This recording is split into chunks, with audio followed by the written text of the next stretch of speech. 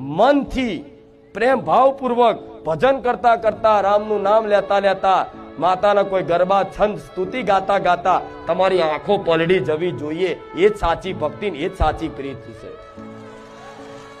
જ્યાં સુધી ભગવાનનું નામ લેતા, જ્યાં સુધી ભગવાન માતાજીની આરતી કરતા, જ્યાં સુધી એને નમન કરતા, એને સમક્ષ જવાથી, એની કોઈ વાર્તા કથા લીલા ગુણગાન સાંભળવાથી તમારી આંખો નથી પલળતી, ત્યાં સુધી તમે તમારી જાતને ભક્ત માનતા. હા, શું ખોટું? હા, એ આંસુ જ્યારે નીકળશે ને પ્રેમના, ત્યારે માની લેજો કે મને મારી માએ સ્વીકારી લીધો છે, મને મારા ભગવાને સ્વીકારી લીધો છે.